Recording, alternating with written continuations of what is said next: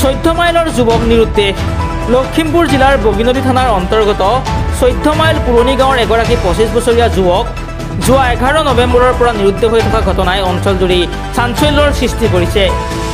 নিৰুদ্দেশ হৈ থকা যুৱকগৰাকী হৈছে সদাগৰ দাস আৰু ৰূপালী দাসৰ জ্যেষ্ঠ সন্তান ভুৱন দাস। আদালতৰ কিছু কামত 11 নৱেম্বৰত বগীনদী ৰেল ষ্টেচনৰ পৰা তেজপুৰলৈ বুলি ৰাওনা হৈছিল যুৱকগৰাকী। পৰিয়ালৰ লোকে বিভিন্ন ঠাইত বিচাৰ খোচাৰ কৰিও কোনো সন্ধান লাভ কৰা নাই যুৱকগৰাকীৰ।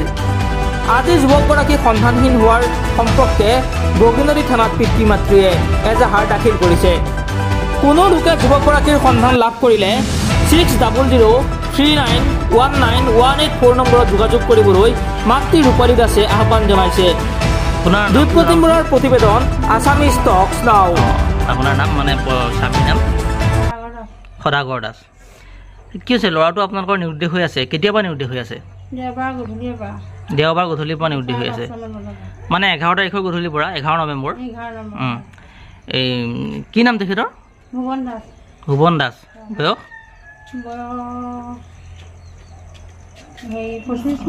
25 মান হ'ব আৰু। কওকচোন কেতিয়া নাইকিয়া হ'ল, ঘৰৰ পৰা কেনেকৈ ওলাই গৈছিলে, অকণমান সবিশেষটো কওকচোন। ঘৰৰ পৰা ওলাই গৈছিলে দেওবাৰ গধূলি 5:30 বজাত। কেছৰ তাৰিখ আছিলে কোৰ্টত, তাৰিখ মাৰিব গৈছিলে। তাৰিখ মাৰিবৰ পৰা এতিয়া অহা নাই, ঘৰলৈ 3 দিন হ'ল। ক'লৈ গৈছিলে? তেজপুৰলৈ গৈছিলে। তেজপুৰৰ পৰা এতিয়া কোৰ্টতো হাজিৰ হোৱা নাই, ল'ৰাটো বিচাৰি পোৱা নাই। ক'ত কি কথা ফোনাফোনিও নাই, কোনো ফোন আছিল নে তেখেতৰ? ফোন আছিল নে তেখেতৰ? ফোন নাই। ফোন নাই ন? কি কৰে তেখেতে? এনেই কি কৰে? ট্ৰেইনতে বেপাৰ কৰে। ট্ৰেইনত বস্তু বেচা হেৰি কৰে আৰু। হয়, তাৰপিছত পৰিয়ালৰ খা খবৰ কৰিছেনে আপোনালোকৰ? পৰিয়ালৰ চবৰে খা খবৰ কৰি কোনোৱে পোৱা নাই। কোনোৱে খবৰ পোৱা নাই, কলৈকো যোৱা নাই। তাৰপিছত থানাত জনাইছে নেকি? থানাত জনাইছোঁ এতিয়া। বগীনদী থানাত এখন জাননী দিছে, জাননী এখন দিছে। তাৰপিছত এতিয়া কি কোনোবাই যদি ধৰক আমাৰ নিউজটো চাই যদি কণ্টেক্ট কৰিব পাৰে, কিবা ফোন নম্বৰ আছে নেকি আপোনালোকৰ? কণ্টেক্ট নম্বৰ আছে। কওকচোন কণ্টেক্ট নম্বৰটো কৈ দিয়ক। কোৱা, তুমি কৈ দিয়া। 600391918 সেই নম্বৰত কণ্টেক্ট কৰিব লাগে, নহয় জানো?